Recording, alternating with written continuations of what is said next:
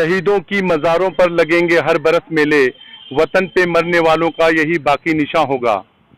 हाल ही में कानपुर इलाके में जिस तरह से पुलिस कर्मियों की 8 पुलिस अधिकारियों की बर्बरता से जो है उनका मर्डर किया गया, मारा गया बदमाशों के जरिए, उनके खिराज अकीदत और श्रद्धांजलि के लिए यहाँ के लखनऊ के स्वयंसेवी संगठन के लोग यहाँ पे एकत्रित हुए हैं और शहीद स्मारक पे उन शहीदों को श्रद्धांजलि देने के लिए यहाँ पे एकत्रित हुए हैं।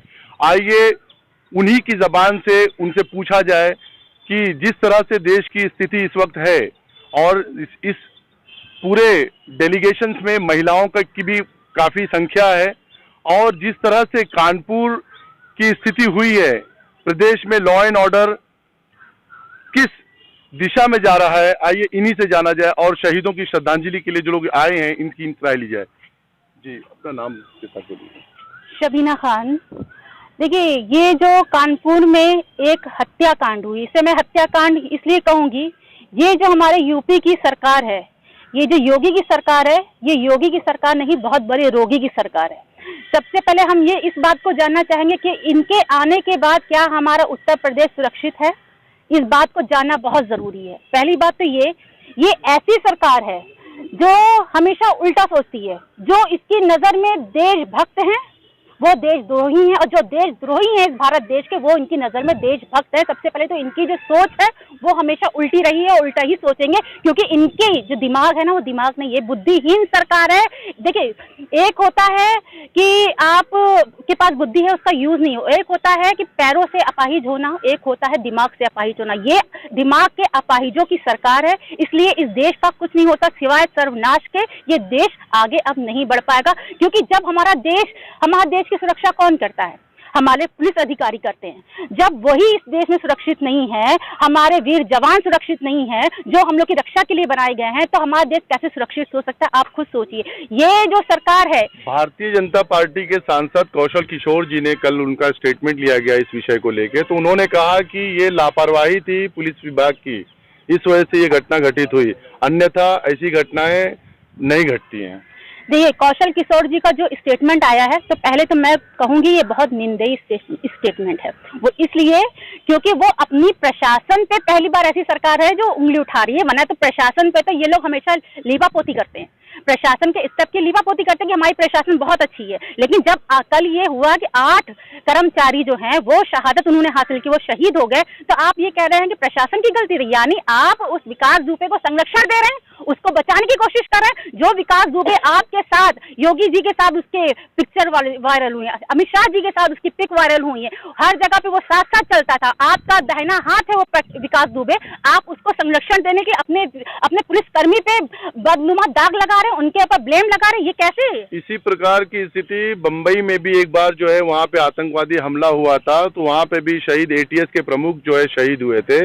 उसी तरह से यहाँ पे भी जो है कानपुर में भी इसी तरह की घटना घटी, तो इसमें आप प्रशासन को कहाँ तक जिम्मेदार समझती हैं?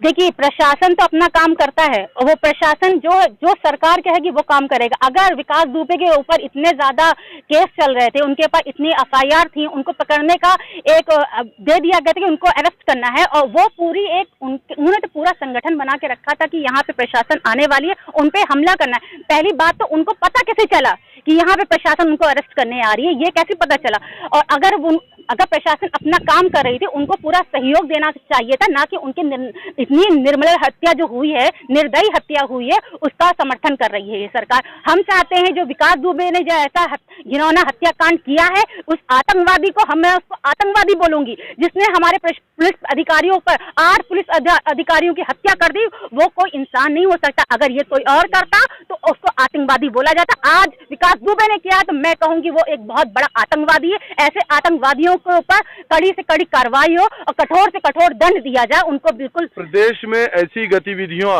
जो घटित हो रही हैं, इससे आप जो है प्रशासन के लॉ एंड ऑर्डर जो है कानून व्यवस्था को कहाँ देखती हैं प्रदेश में? हमारे प्रदेश में कानून व्यवस्था रह कहाँ गई है भैया?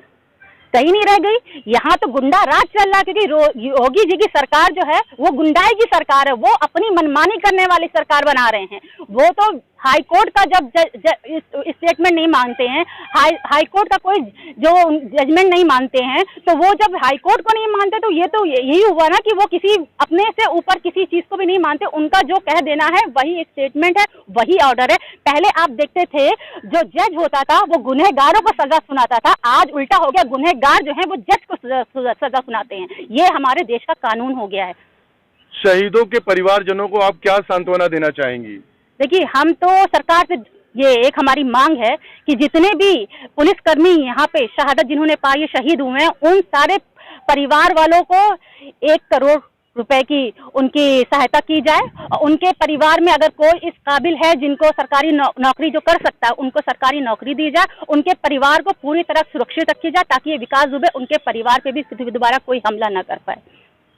ये यहाँ के जैसे आप देख रहे हैं कि लखनऊ शहर के शहीद स्मारक पे महिलाएं और पुरुषों, यहाँ के स्वयंसेवी संगठन के लोगों ने यहाँ पे श्रद्धांजलि देने के लिए ये जगह जो है चुना जहाँ पे शहीद स्मारक बना हुआ है। और यहाँ से सरकार के प्रति उन्होंने अपना रोष जाहिर किया और शहीदों के परिवार वालों को सांत्वना दी और सरकार से मांग की है कि उनके परिवार के साथ न्याय हो सके। मैं सैयद गुलाम हुसैन, सरफराज जाहिद के साथ, जनवार्ता, लखनऊ के लिए।